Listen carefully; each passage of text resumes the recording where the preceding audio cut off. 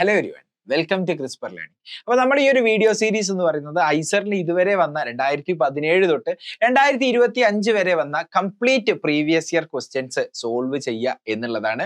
So ഞാൻ ഈ വീഡിയോയിലൂടെ ഡിസ്കസ് ചെയ്യാൻ പോകുന്നത് ബയോളജിയിൽ നിന്ന് വന്ന ഭാഗങ്ങളാണ്. അതിൽ ഞാൻ ഡീൽ ചെയ്യാൻ പോകുന്നത് സുവോളജി പാർട്ടാണ്.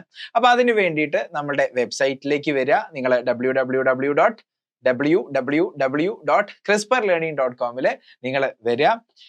അതിൽ നമുക്ക് കഴിഞ്ഞ എല്ലാ വർഷത്തെയും 2017 തൊട്ട് 25 വരെയുള്ള എല്ലാ പ്രീവിയസ് ഇയർ ക്വസ്റ്റ്യൻസും നിങ്ങൾക്കൊരു ടെസ്റ്റ് പോലെ ചെയ്യാൻ സാധിക്കും.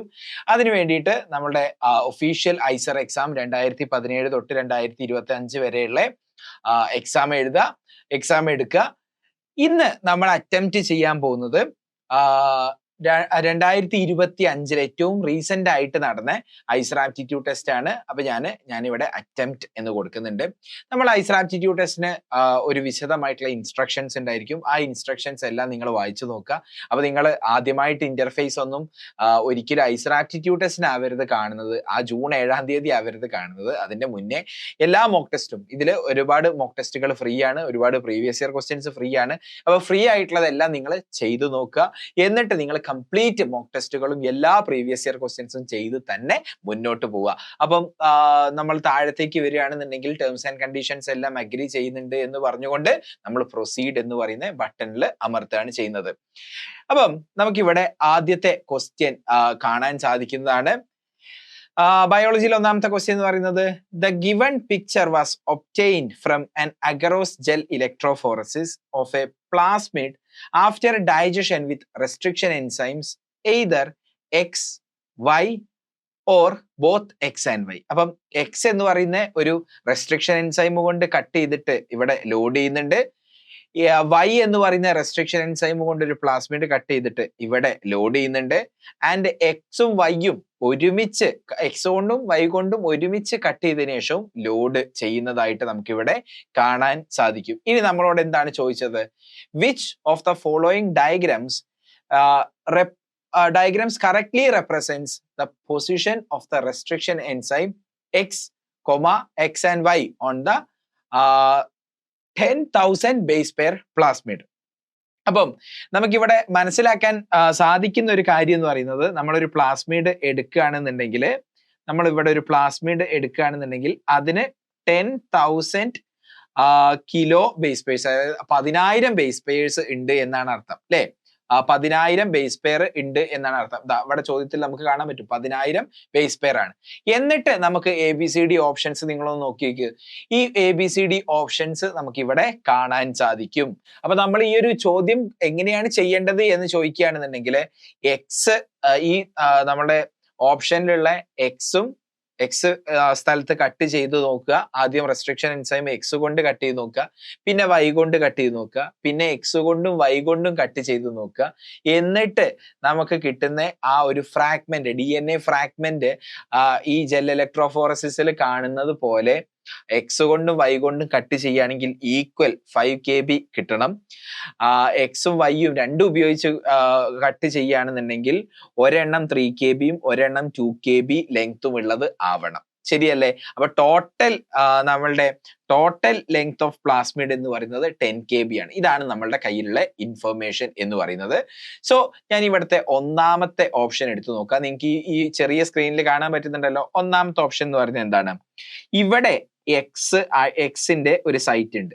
അതിന് നേരെ ഡയമെട്രിക്കലി ഓപ്പോസിറ്റ് ആയിട്ടുള്ള സ്ഥലത്ത് ഇവിടെയും എക്സിന്റെ ഒരു റെക്കഗ്നിഷൻ സീക്വൻസ് ഉണ്ട്. ഇനി ഇവിടെ ഒരു വൈന്റെ ഒരു റെസ്ട്രിക്ഷൻ സൈറ്റ് ഉണ്ട്, ആൻഡ് ഇവിടെ ഒരു വൈന്റെ ഒരു റെസ്ട്രിക്ഷൻ സീക്വൻസ് ഉണ്ട്. ഇനി അതിന്റെ ബ്രാക്കറ്റില് നിങ്ങൾക്ക് ഇവിടെ കാണാൻ സാധിക്കുന്നില്ലേ? ബ്രാക്കറ്റില് 9235 base pair and 1235 base pair എന്ന് പറയുന്നത് അത് റെസ്ട്രിക്ഷൻ എൻസൈം കട്ട് ചെയ്യുന്ന റീജിയനെയാണ് മാർക്ക് ചെയ്തിട്ടുള്ളത്. അപ്പം ഏതോ ഒരു റീജിയൺ എന്ന് പറയുന്നത് എന്തായിരിക്കും? ഇവിടെ ഒരു 0 എന്ന് പറയുന്ന ഒരു റീജിയൻ ഉണ്ടാവും, അല്ലെങ്കിൽ 0നെ വേണമെങ്കിൽ 10,000 എന്ന് വിളിക്കാം. സിൻസ് 10,000 ബേസ് പെയർസ് ആണ് ഈ ഒരു ഓവറോൾ പ്ലാസ്മിഡിനുള്ളത്. ശരിയല്ലേ? ആ ഒരു റീജിയനിൽ നിന്നും ഇങ്ങോട്ടേക്ക് മാറിയാല് എത്ര ബേസ് പെയർ ആണ് y എന്ന് പറയുന്ന ഈ സൈറ്റിലുള്ളത്? 1235 ഞാനിപ്പം കാണിക്കുന്നത് ഒന്നാമത്തെ ഓപ്ഷൻ ആണ്. ഒന്നാമത്തെ ഓപ്ഷൻ ഇതിങ്ങനെ ചെയ്തു നോക്കുകയാണ് നമ്മൾ ചെയ്യുന്നത് അല്ലേ? അപ്പൊ അതിന്റെ ഒരു അപ്രോച്ച് എങ്ങനെയാണ് എന്നുള്ളത് നിങ്ങൾ കൃത്യമായിട്ട് മനസ്സിലാക്കുക. അപ്പൊ 1235 ആൻഡ് എക്സ് എന്ന് പറയുന്നത് രണ്ടാമത്തെ ഈ എക്സിന്റെ ഈ ഒരു സൈറ്റ് എന്ന് പറയുന്നത് എത്രയാണ്? 4235 ബേസ് പെയർ ആണ്. ആൻഡ് വൈ നമുക്ക് ഇവിടെയുള്ള വൈ നമുക്ക് കാണാൻ പറ്റും 6235 ആൻഡ് ഇവിടെയുള്ള എക്സ് 9235 ഓക്കെ. ഇനി നമ്മൾ ക്വസ്റ്റ്യനിലേക്ക് തിരിച്ചു വരികയാണെന്നുണ്ടെങ്കിൽ ആദ്യം എക്സ് മാത്രം എക്സ് എന്ന് പറയുന്ന റെസ്ട്രിക്ഷൻ എൻസൈം വെച്ച് ഇതിനെ കട്ട് ചെയ്ത് നോക്കുക. അപ്പൊ എക്സ് വെച്ചിട്ട് നമ്മൾ കട്ട് ചെയ്യുമ്പം ഇവിടെ കട്ടാവും, ശരിയല്ലേ? യെസ്, ഇവിടെ കട്ടാവും, ശരിയല്ലേ? അപ്പൊ നോക്ക്, നമുക്ക് ഇങ്ങനത്തെ ഒരു കഷ്ണം കിട്ടും. എങ്ങനത്തെ കഷ്ണമാണ് കിട്ടുന്നത്? നോക്ക്, ഈ ഒരു ലെങ്ത് എന്ന് പറയുന്നത് എത്രയായിരിക്കും? ഇവിടെ ഒരു 0 ഉണ്ട് എന്ന് വിചാരിച്ചോ, ഇവിടെ ഒരു 0യോ അല്ലെങ്കിൽ ഒരു 10,000 ഉണ്ട് എന്ന് വിചാരിച്ചോ. ഓക്കെ, ഇതൊരു നമ്മളൊരു റെഫറൻസ് ആയിട്ട് എടുക്കണമല്ലോ. ഓക്കെ, സോ ഈ ഒരു ലെങ്ത് എന്ന് പറയുന്നത് എത്രയായിരിക്കും? ഈ ഒരു ലെങ്ത് എന്ന് പറയുന്നത് 10,000 മൈനസ് 9235 ആയിരിക്കും ഈ ഒരു ലെങ്ത്. അപ്പം നമ്മളുടെ വെബ്സൈറ്റിലുള്ള അല്ലെങ്കിൽ നമ്മളുടെ പോർട്ടലിലുള്ള കാൽക്കുലേറ്ററും കൂടെ ഞാൻ നിങ്ങൾക്ക് ഒന്ന് പരിചയപ്പെടുത്താം. ഇതേപോലത്തെ ഒരു കാൽക്കുലേറ്റർ നിങ്ങൾക്കും എക്സാമിനേഷനിൽ ഉണ്ടായിരിക്കും. അപ്പൊ നമ്മുടെ ഇന്റർഫേസ് എന്ന് പറയുന്നത് എന്താ? ഐസർ ആപ്റ്റിറ്റ്യൂഡ് ടെസ്റ്റിന്റെ എക്സാക്ട് റെപ്ലിക്കയാണ്, കുറച്ചും കൂടി ഒന്ന് ഭംഗിയാക്കി എന്നുള്ളത് മാത്രമേ ഉള്ളൂ. അപ്പം 10,000 എന്ന് നമ്മൾ ടൈപ്പ് ചെയ്യുന്നു. 10,000 പിന്നെ മൈനസ് 9235 9235 എന്നുള്ളത് എത്രയാണ് വരിക? 765 എന്ന് നമുക്ക് കിട്ടി. 765. ഇനി 765 പ്ലസ് 4235 അതാണല്ലോ ഈ ഒരു ഫ്രാഗ്മെന്റിന്റെ ലെങ്ത് എന്ന് പറയുന്നത്. അപ്പൊ ഞാൻ അതിലേക്ക് കൂട്ടുകയാണ്. പ്ലസ് 4235 ശരിയല്ലേ? യെസ്. സോ 5000 ആണ് ഈ ഒരു ലെങ്ത് വരുന്നത്. 5000 ആണ് ഈ ഒരു ലെങ്ത് വരുന്നത്. അപ്പം എക്സ് വെച്ച് കട്ട് ചെയ്യുകയാണെന്നുണ്ടെങ്കിൽ 5 KB യുടെ 2 ഫ്രാഗ്മെന്റ് ഉണ്ടാവും. ഇത് 5000 ആണെങ്കിൽ ടോട്ടൽ 10,000 ആണെങ്കിൽ ഇതും 5000 ആയിരിക്കില്ലേ? ശരിയല്ലേടാ? ഇത് 5000 ആണ് എങ്കിൽ ഇതും 5000 ആയിരിക്കും. ശരിയാണോ? അല്ലേ? യെസ്. അപ്പം എക്സ് കൊണ്ട് കട്ട് ചെയ്യുമ്പം ഓപ്ഷൻ എ പ്രകാരമാണ് എങ്കിൽ 5 KB യുടെ 2 ഫ്രാഗ്മെന്റ് ഉണ്ടായിരിക്കും. ക്ലിയർ ആണല്ലോ? ഓക്കെ. ഇനി y വെച്ച് മാത്രം കട്ട് ചെയ്ത് നോക്കുക. So according to our question, അപ്പൊ ഞാൻ എന്ത് ചെയ്യാണ്? കാൽക്കുലേറ്റർ ക്ലോസ് ചെയ്യാണ്. അപ്പൊ ഇനി y വെച്ച് കട്ട് ചെയ്യുകയാണെന്നുണ്ടെങ്കിൽ നമുക്ക് 5 KB യുടെ ഫ്രാഗ്മെന്റ് തന്നെ കിട്ടണം. അപ്പൊ ഞാൻ ഇവിടെ രണ്ടാമത്തെ കേസ് എടുക്കുക. രണ്ടാമത്തെ കേസിൽ y വെച്ചാണ് കട്ട് ചെയ്യാൻ പോകുന്നത്. y വെച്ച് കട്ട് ചെയ്യുമ്പോൾ ഇവിടെ ഒരു കട്ടിങ് വരും, ശരിയല്ലേ? ഇവിടെ ഒരു കട്ടിങ് വരും, ശരിയാണല്ലോ? അപ്പൊ നോക്ക്, ഞാൻ ആദ്യം ഈ ഫ്രാഗ്മെന്റിന്റെ ലെങ്ത് ആണ് എടുക്കാൻ പോകുന്നത്. നോക്ക്, അത് 6235 മൈനസ് 1235. ഇത് കണക്ക് കൂട്ടാൻ നിങ്ങൾക്ക് കാൽക്കുലേറ്റർ ഒന്നും വേണ്ട, ഞാൻ നിങ്ങൾക്ക് ജസ്റ്റ് കാൽക്കുലേറ്റർ എങ്ങനെ ഉപയോഗിക്കുക എന്നറിയാൻ വേണ്ടി മാത്രം കാണിച്ചതാണ്. സോ ഈ ഒരു ലെങ്ത് എന്ന് പറയുന്നത് എന്തായിരിക്കും? 5 KB ആയിരിക്കും. So the remaining length will be 5 KB. അപ്പൊ നോക്ക്, അപ്പം എക്സ് വെച്ച് കട്ട് ചെയ്താൽ ജെൽ ഇലക്ട്രോഫോറസിസിൽ ഈ ഒരു ഭാഗം എന്ന് പറയുന്നത് ഓക്കെ ആണ്, ശരിയാണല്ലോ? y വെച്ച് കട്ട് ചെയ്താൽ 5 KB ആണ്, ഓക്കെ ആണ്. ക്ലിയർ ആണല്ലോ? ഓക്കെ. ഇനി എക്സും വൈയും വെച്ച് കട്ട് ചെയ്തു എന്ന് വിചാരിക്കോ. എക്സും വൈയും വെച്ച് കട്ട് ചെയ്താല് നോക്ക്, ഇവിടെ കട്ടാവും, ഇവിടെ കട്ടായിരിക്കും, ഇവിടെ കട്ടായിരിക്കും, ഇവിടെ കട്ടായിരിക്കും, ഇവിടെ കട്ടായിരിക്കും. ഈ 4 റീജിയണിൽ കട്ടാവും. അപ്പം ഈ ഒരു ലെങ്ത് എന്ന് പറയുന്നത് എത്രയാ വരിക?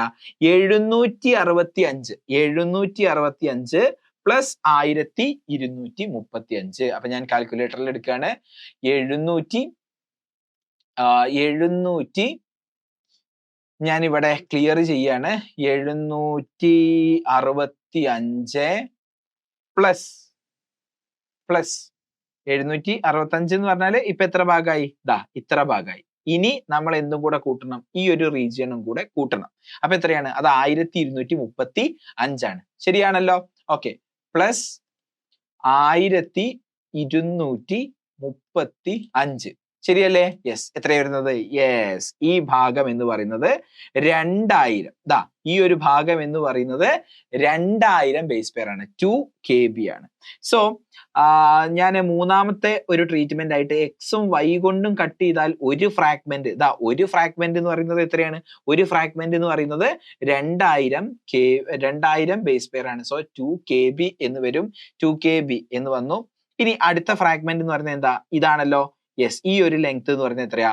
4235 മൈനസ് 1235 എത്രയായിരിക്കും? 3 kb ആയിരിക്കും, അല്ലെങ്കിൽ 3000 ബേസ് പെയർ ആയിരിക്കും. ശരിയല്ലേ? യെസ്. ഇനി അങ്ങനെയാണെന്നുണ്ടെങ്കിൽ ഈ ഒരു കഷ്ണം എത്രയാ? 6235 മൈനസ് 4235 അത് എത്രയാണ്? 2 kb ലെങ്ത് ഉള്ള ഒരു ഫ്രാഗ്മെന്റ് ആയിരിക്കും. ശരിയല്ലേ? യെസ്. ഇനി അടുത്തത് ഈ ഒരു ലെങ്ത് ആണ്. ശരിയാണല്ലോ? യെസ്. 9235 മൈനസ് 6235 അപ്പൊ നമുക്ക് ഈ ഒരു ലെങ്ത് കിട്ടും. അത് എത്രയാണ്? 3 kb ആണ്. ശരിയല്ലേടാ? ഓക്കെ. അപ്പൊ നമുക്ക് എക്സും വൈ കൊണ്ടും ട്രീറ്റ് ചെയ്യുകയാണെന്നുണ്ടെങ്കിൽ 2 kbയുടെ ഫ്രാഗ്മെന്റും കിട്ടും, 3 kbയുടെ ഫ്രാഗ്മെന്റും കിട്ടും. അങ്ങനെയാണ് എങ്കിൽ കുട്ടികളെ ഓപ്ഷൻ എന്താണ് ഉത്തരം വരിക? നമ്മൾ എടുത്ത ഓപ്ഷൻ എ എന്ന് പറയുന്നത് കറക്റ്റ് ആണ്. ശരിയല്ലേ? എക്സ് കൊണ്ട് മാത്രം ട്രീറ്റ് ചെയ്യുന്ന സമയത്ത് 5 kb ആണ് കിട്ടുക. അതായത് 5 kb മാത്രമേ കിട്ടുള്ളൂ. അത് ഇവിടെ കറക്റ്റ് ആണല്ലോ, 5 kb മാത്രമാണല്ലോ കിട്ടുള്ളൂ. വൈ കൊണ്ട് മാത്രമാണ് എങ്കിൽ എന്താ കിട്ടുക? വൈ കൊണ്ട് മാത്രമാണെന്നുണ്ടെങ്കിൽ ഇവിടെ എന്ത് കിട്ടുന്നുണ്ട്? വൈ കൊണ്ട് മാത്രമാണെന്നുണ്ടെങ്കിൽ നമുക്ക് കിട്ടിയതാണ് 5 kb മാത്രമേ കിട്ടുന്നുള്ളൂ. അത് ക്വസ്റ്റ്യനിൽ എന്ത് പറയുന്നുണ്ട്? വൈ കൊണ്ട് മാത്രമാണെങ്കിൽ 5 kb മാത്രമേ കിട്ടുന്നുള്ളൂ എന്നുള്ളത്. ഇനി എക്സും വൈ കൊണ്ടും ഒരുമിച്ച് വരികയാണെന്നുണ്ടെങ്കിൽ 2 kbയും കിട്ടും, 3 kbയും കിട്ടും. അത് ഇവിടെ കാണിക്കുന്നുണ്ടല്ലോ. യെസ്, 3 kb ഉണ്ട്, 2 kb ഉണ്ട്. അപ്പൊ നമ്മളുടെ ഓപ്ഷൻ എ എന്ന് പറയുന്നത്, ഒന്നാമത് നമ്മൾ ചെക്ക് ചെയ്യാൻ എടുത്ത ഓപ്ഷൻ എന്ന് പറയുന്നത് ശരിയാണ്. ഇനി ഇതുപോലെ നിങ്ങൾ എടുത്തു നോക്കുകയാണെങ്കിൽ ലോജിക്കൽ എറർ ഇവിടെ വരും. അപ്പൊ ബാക്കി ഓപ്ഷൻസ് തെറ്റാവുന്നതായിട്ട് നിങ്ങൾക്ക് കാണാൻ സാധിക്കും. അപ്പൊ ഞാൻ ഒന്നാമത്തെ ഓപ്ഷൻ തന്നെ സെലക്ട് ചെയ്യാണ്. And I'm going to the second question. And retro വൈറസുകൾ എന്ന് പറയുന്നത് ഏത് കാറ്റഗറിയിൽ പെട്ട ആളുകളാണ് എന്നാണ് നമ്മളോട് ചോദിച്ചത്. റെട്രോ വൈറസുകൾ എന്ന് പറയുന്നത് ഒരു ഗ്രൂപ്പ് ഓഫ് വൈറസ് ആണ്. റിവേഴ്സ് ട്രാൻസ്ക്രിപ്റ്റേസ് എൻസൈം ഉള്ള RNA ജെനറ്റിക് മെറ്റീരിയൽ ആയിട്ടുള്ള RNAയിൽ നിന്നും റിവേഴ്സ് ട്രാൻസ്ക്രിപ്റ്റേഴ്സ് വഴി DNA ജെനറ്റിക് മെറ്റീരിയലിലേക്ക് കൺവേർട്ട് ചെയ്യാൻ പറ്റുന്ന ആളുകളെയാണ് നമ്മൾ റെട്രോ വൈറസുകൾ എന്ന് പറയുന്നത്. ശരിയല്ലേ? A group of viruses with DNA genome and no retro virus അല്ല. A group of virus with RNA genome and reverse transcriptase activity. ശരിയല്ലേ? അതാണ് കറക്റ്റ് ആയിട്ടുള്ള ഉത്തരം എന്ന് പറയുന്നത്. A group of virus with DNA genome and reverse transcriptase enzyme അല്ല. A group of viruses with RNA genome and no reverse transcriptase enzyme അല്ല. So here B is our answer. ശരിയല്ലേ? Yes. നിങ്ങൾക്ക് ഇതുപോലെ എല്ലാ പ്രീവിയസ് ഇയർ ക്വസ്റ്റ്യനും ഒരു mock test പോലെ അതേ ഇന്റർഫേസിൽ ചെയ്തു നോക്കണം. 2017 മുതൽ 2025 വരെയുള്ള എല്ലാ പ്രീവിയസ് ഇയർ ക്വസ്റ്റ്യൻസും നമ്മുടെ വെബ്സൈറ്റിൽ അവൈലബിൾ ആണ്. പല ടെസ്റ്റുകളും ഫ്രീ ആണ്. ആൻഡ് ഇതുപോലെ പ്രീവിയസ് ഇയർ ക്വസ്റ്റ്യൻസിനെ ബേസ് ചെയ്തിട്ടുണ്ടാക്കിയ 20 മോക്ക് ടെസ്റ്റ് ഐസറിൽ ഇപ്പൊ പഠിച്ചുകൊണ്ടിരിക്കുന്ന സ്റ്റുഡൻസും നമ്മളെ പോലെയുള്ള അലൂമിനൈസും കൂടെ ചേർന്നിട്ട് ഉണ്ടാക്കിയ ഒരു 20 മോക്ക് ടെസ്റ്റും ഡീറ്റെയിൽഡ് സൊല്യൂഷനും നമ്മുടെ വെബ്സൈറ്റിലുണ്ട്. അപ്പൊ താഴെ ഡിസ്ക്രിപ്ഷനിൽ ഞാൻ ലിങ്ക് കൊടുക്കുന്നുണ്ട്. അപ്പോ നിങ്ങൾ ഇതുപോലെ എല്ലാ ടെസ്റ്റുകളും പ്രിപ്പയർ ചെയ്യുക, അടിപൊളിയായിട്ട് ഐസർ ക്രാക്ക് ചെയ്യുക. All the very best. അപ്പൊ കാര്യങ്ങൾ നടക്കട്ടെ. ഇനി നമ്മൾ ഈ ഒരു ക്വസ്റ്റ്യൻ ഫോട്ടോസിന്തസിസിൽ വരുന്ന ക്വസ്റ്റ്യൻ ആണ്. ഇനി അടുത്ത ക്വസ്റ്റ്യൻ എന്ന് പറയുന്നത് which one of the following condition will favour maximum dissociation of oxygen from the oxy haemoglobin in the tissue. അപ്പം നമുക്ക് ഈ ഒരു ക്വസ്റ്റ്യൻ എങ്ങനെ മനസ്സിലാക്കാം? ഈ ഒരു question breathing and exchange of gases എന്ന് പറയുന്ന പാർട്ടിൽ നിന്നും വന്നതാണ്. നമുക്കറിയാം ബ്രീത്തിങ് ആൻഡ് എക്സ്ചേഞ്ച് ഓഫ് ഗ്യാസസിൽ നമുക്ക് ഓക്സിജന്റെയും കാർബൺ ഡയോക്സൈഡിന്റെയും ട്രാൻസ്പോർട്ട് നമ്മൾ പഠിക്കുന്നുണ്ട്. ശരിയല്ലേ? യെസ്. അപ്പം ഓക്സിജന്റെ ട്രാൻസ്പോർട്ടിൽ നമുക്കറിയാം ഓക്സിജൻ ലങ്സിൽ നിന്നും എങ്ങോട്ടേക്കാണ് ട്രാൻസ്പോർട്ട് ചെയ്യുന്നത്? ഓക്സിജൻ ലങ്സ് ടു ടിഷ്യൂസ് ആണ് ട്രാൻസ്പോർട്ട് ചെയ്യുന്നത്. യെസ്. അപ്പം ഈ ലങ്സിൽ ഓക്സിജൻ ലങ്സിന്റെ റീജിയനിൽ എന്താ സംഭവിക്കുക? ഞാൻ ഇവിടെ ഒരു വരയ്ക്കാൻ ശ്രമിക്കുന്നത് ഒരു ഹീമോഗ്ലോബിൻ ആണ്. This is our haemoglobin. Okay, ഇനി ലങ്സില് ഓക്സിജൻ ഹീമോഗ്ലോബിനിലേക്ക് കയറി ഇരിക്കും, അതാണ് സംഭവിക്കുന്നത്. ഇനി ഈ ഓക്സിജൻ ലങ്സിൽ നിന്നും ടിഷ്യൂസിലേക്ക് ട്രാൻസ്പോർട്ട് ചെയ്യപ്പെടും. ടിഷ്യൂസിൽ എത്തുന്ന സമയത്ത് ഈ ഓക്സിജൻ എന്ത് ചെയ്യൂടാ, ഈ ഓക്സിജൻ ഡിസോസിയേറ്റ് ചെയ്ത് പുറത്തേക്ക് ഇറങ്ങും. ശരിയാണല്ലോ? യെസ്. ഹീമോഗ്ലോബിനും ഓക്സിജനും തമ്മിൽ അസോസിയേറ്റഡ് ആയിട്ട് ഇരിക്കുന്നതിനെയാണ്, ഹീമോഗ്ലോബിൻ ആൻഡ് ഓക്സിജൻ ഒരുമിച്ചിരിക്കുന്നതിനാണ് നമ്മൾ ഓക്സി ഹീമോഗ്ലോബിൻ എന്ന് പറയുക. ഓക്സി ഹീമോഗ്ലോബിൻ എന്ന് പറയുന്നത് ഓക്സി ഹീമോഗ്ലോബിൻ.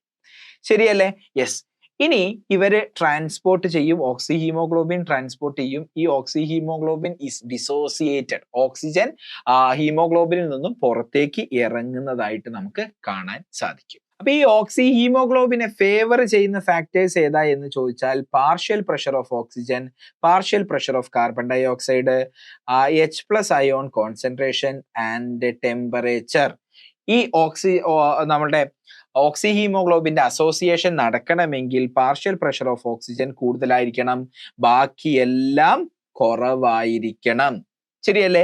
ഇവിടെ നമ്മൾ അതിന്റെ കൂടെ മനസ്സിലാക്കേണ്ടത് H+ അയോൺസിന്റെ കോൺസെൻട്രേഷൻ എന്ന് പറയുമ്പം minus log concentration of H+ ആണ് എന്ത് എന്ന് പറയുന്നത്, pH എന്ന് പറയുന്നത്. സോ pHഉം ന്യൂമറിക്കലി നമ്മളുടെ H+ അയോൺ കോൺസെൻട്രേഷനുമായിട്ട് നേരെ ഒരു റിവേഴ്സ് റിലേഷൻഷിപ്പ് ആണുള്ളത്. ശരിയല്ലേ? അപ്പൊ H+ അയോൺസിന്റെ കോൺസെൻട്രേഷൻ കുറവാവുക എന്ന് പറഞ്ഞാൽ ആ സാഹചര്യത്തിൽ pH കൂടുതലാവുക എന്നൊരർത്ഥം അതിനുണ്ട് എന്നുള്ളത് നമുക്ക് കെമിസ്ട്രി ഒക്കെ പഠിച്ച ആൾക്കാർക്ക് മനസ്സിലാക്കാവുന്നതേ ഉള്ളൂ. ഓക്കെ, ഇനി നമ്മളുടെ ക്വസ്റ്റ്യൻ ചോദിച്ചത് എന്താണെന്ന് ചോദിച്ചാൽ which of the following condition will favor maximum dissociation of oxygen.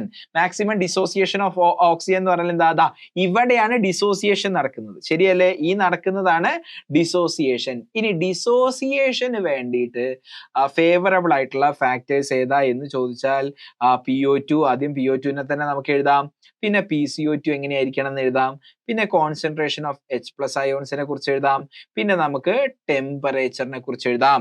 അപ്പൊ PO2 എന്ന് പറയുന്നത് എന്തായിരിക്കും, PO2 എന്ന് പറയുന്നത് കുറവായിരിക്കണം. ശരിയല്ലേ?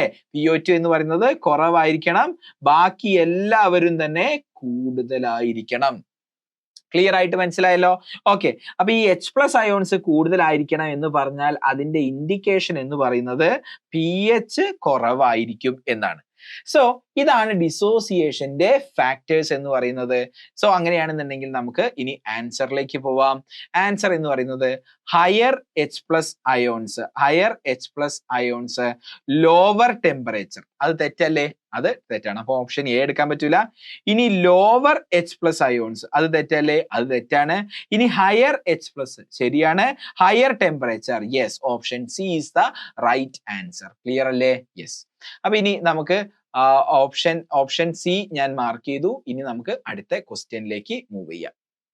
ഓക്കെ, ഇനി നമുക്ക് അടുത്ത ക്വസ്റ്റ്യൻ വന്നിരിക്കുന്നത് which one of the following options describes A triglyceride. എന്താണ് ഒരു ട്രൈഗ്ലിസറൈഡ് എന്ന് പറഞ്ഞാല്, what is triglyceride?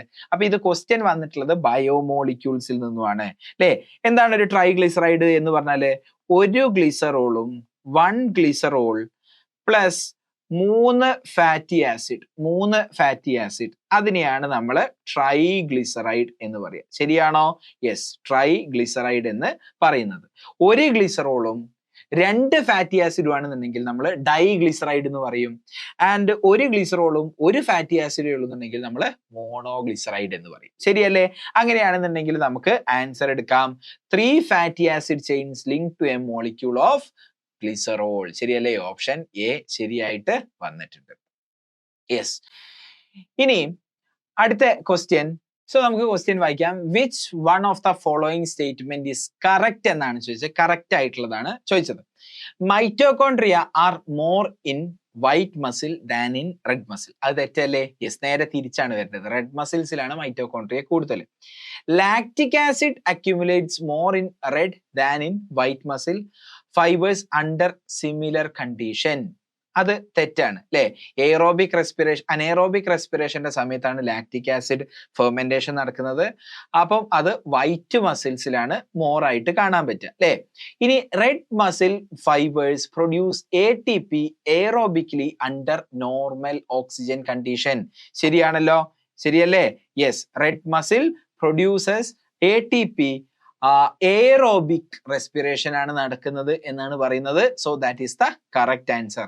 All muscle fibres primarily produce ATP anaerobically അല്ല. അനേറോബിക്കലി അല്ലല്ലോ, എയറോബിക്കലി ആണ് പ്രൊഡ്യൂസ് ചെയ്യുന്നത്. So option C is the correct answer. ഇനി നമുക്ക് അടുത്തൊരു ക്വസ്റ്റ്യൻ നോക്കാം. Match the entries in column 1 and match column 2 അല്ലേ. അപ്പം ഇവിടെ ജസ്റ്റ് മാച്ച് ചെയ്യാൻ വേണ്ടി മാത്രമേ ഉള്ളൂ. Column 1 notochord and hollow nerve code present. അതായത് നോട്ടോകോഡും ഹോളോ നെർവ് കോഡും പ്രസന്റ് ആണ് എന്ന് പറഞ്ഞാൽ ഇറ്റ് ഈസ് അവർ കോർഡേറ്റ. അപ്പൊ ഞാൻ ഇതൊന്ന് ഇവിടെ മാർക്ക് ചെയ്ത് വെക്കാം. അപ്പൊ P എന്ന് പറയുന്നത് 4ലേക്ക് പോണം. ഇനി നമുക്ക് അടുത്ത് നോക്കാം. Ecto parasite with 6 to 15 pairs of gills and closed circulation എന്ന് പറയുന്നത് നിങ്ങൾക്ക് ഒരു സൈക്ലോസ്റ്റോമാറ്റിനെ ഓർമ്മ വരുന്നില്ലേ? പെട്രോമൈസിനെ ഓർമ്മ വരുന്നില്ലേ? യെസ്, അങ്ങനെയാണെന്നുണ്ടെങ്കിൽ Q2 1 അല്ലെ, Q2 1 എന്നുള്ളത് നമുക്ക് കൊടുക്കാൻ സാധിക്കും. ഓക്കെ, ഇനി marine animals with persistent notochord and placoid scale. Placoid scale എന്ന് പറയുമ്പോൾ തന്നെ നിങ്ങൾക്ക് കോൺട്രിത്യസിന് ഓർമ്മ വരുന്നുണ്ടായിരിക്കും, ശരിയല്ലേ? യെസ്, അങ്ങനെയാണെന്നുണ്ടെങ്കിൽ നമുക്ക് 6-2 എന്നുള്ളത് എഴുതാൻ സാധിക്കും. 6-2 എന്നുള്ളത് എഴുതാൻ സാധിക്കും. ഇനി എസിനെ കുറിച്ച് കൂടുതലൊന്നും പറയാനില്ല. Animals with open circulatory system and stomochord, അതാണ് S. That will come to hemichordata, ശരിയല്ലേ? സോ ഇതാണ് ആൻസർ വരുന്നത്. സോ ഈ ഒരു കാര്യം ആൻസറിൽ എവിടെയാണ് വരുന്നത് എന്നുള്ളത് നമുക്ക് നോക്കാം. സോ നമ്മള് P4 Q1 R2 S3 അല്ലേ. അപ്പൊ നമുക്ക് ആൻസർ ഏതാണ് നോക്കാം. P4 ഉള്ള 2 എണ്ണമുണ്ട്, Q1 ഉള്ള 1 എണ്ണമേ ഉള്ളൂ. So option D is the correct answer. Yes. And moving to the next question, which of the following autoregulatory mechanisms is employed by the kidney when glomerular filtration rate is reduced?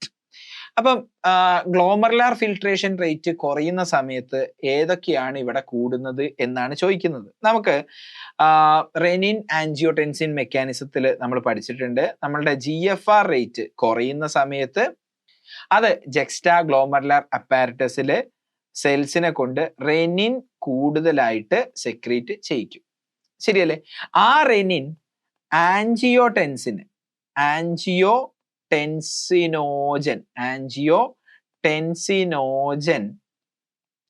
അയാളെ angiotensin 1 ആക്കി മാറ്റും. ആര്? ഈ റെനിന്റെ കാര്യമാണ് പറയുന്നത്, ശരിയല്ലേ? Yes. And ഈ angiotensin 1 is converted to angiotensin 2. Angiotensin 1 is converted to angiotensin 2. അത് ഈ ലിവറും അതുപോലെ ലങ്സും ഒക്കെ റിലീസ് ചെയ്യുന്ന enzyme called ACE enzyme, angiotensin converting enzyme ആണ് ആൻജിയോടെൻസിൻ 2 റിലീസ് ചെയ്യുന്നത്. ഇനി ഈ ആൻജിയോടെൻസിന് 2 റോളുകളാണുള്ളത്. വാസോ കൺസ്ട്രിക്ഷൻ അതുപോലെ ബ്ലഡ് പ്രഷർ കൂട്ടാനും ഗ്ലോമറുലാർ ഫിൽട്രേഷൻ റേറ്റ് കൂട്ടാനും ഉള്ള ഒരു കാര്യത്തിലേക്ക് പോകും.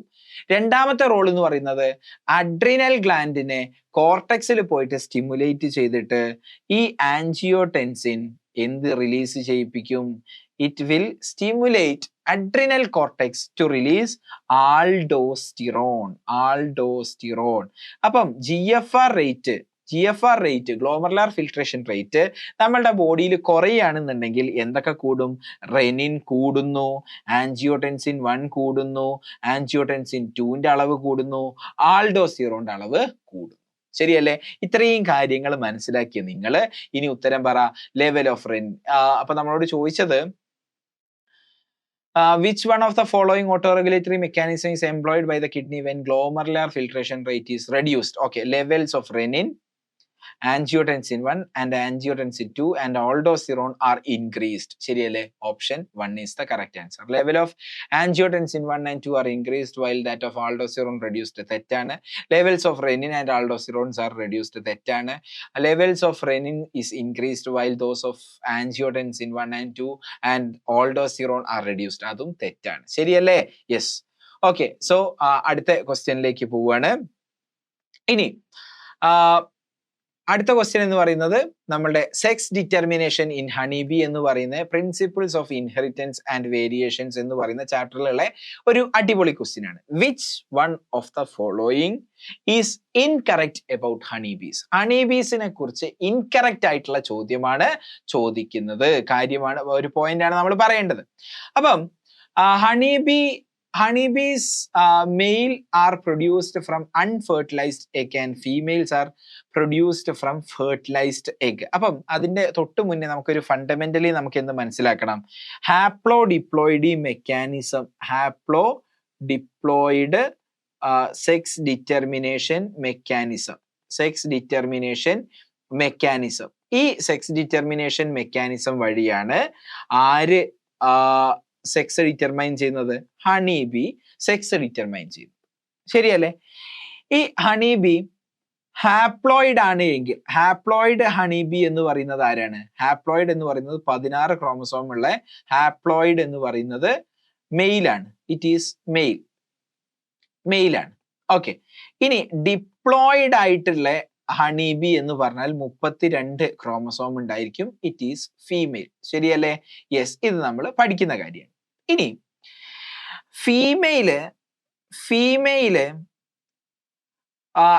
ഫീമെയിലിന് എത്ര ക്രോമസോം ആണ്? 32 ക്രോമസോം ആണ്. അതിൽ ക്യൂൻ എന്ന് പറയുന്ന ഫീമെയിൽ ഉണ്ട്. ഈ ഫീമെയില് ആരെ റിലീസ് ചെയ്യും? It will produce egg.